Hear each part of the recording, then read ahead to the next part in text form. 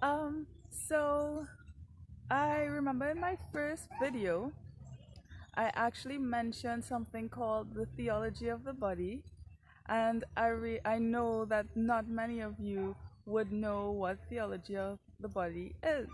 So I wanted to create this theology of the body tidbit to explain a little bit about what theology of the body is and well, you know, just as a side point, this is something that is like interlinked with chastity and what chastity is.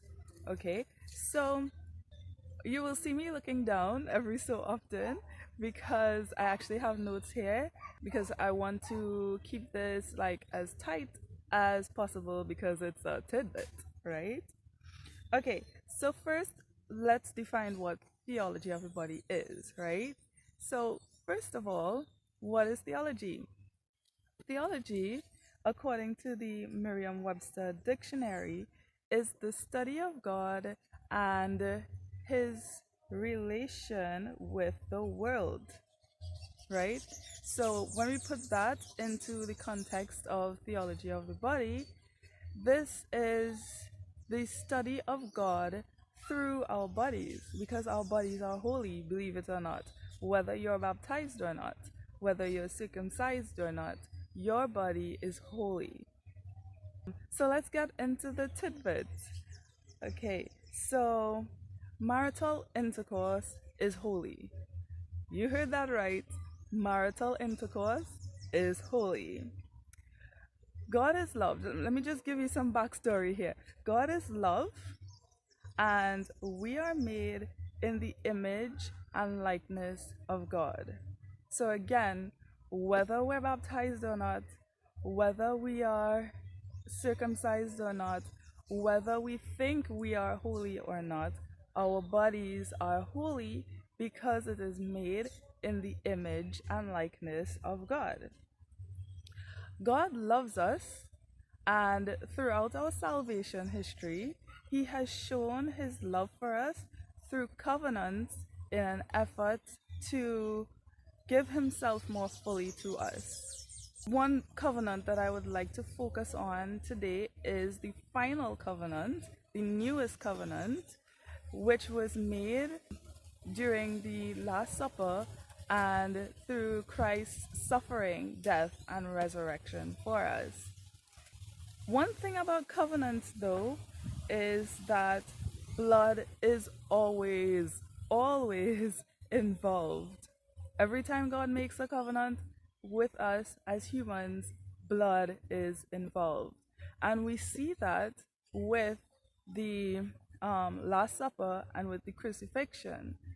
At the Last Supper, Jesus gives himself, his body, blood, soul, and divinity to us in the form of bread and wine. And he asks us to do this in remembrance of him. And we, as Catholics, that's exactly what we do every time we celebrate Mass. We receive Jesus, his body, blood, soul, and divinity. And I believe there are a few other churches that do that as well. And then in his crucifixion, he actually emptied himself of all of his blood for our salvation in his death.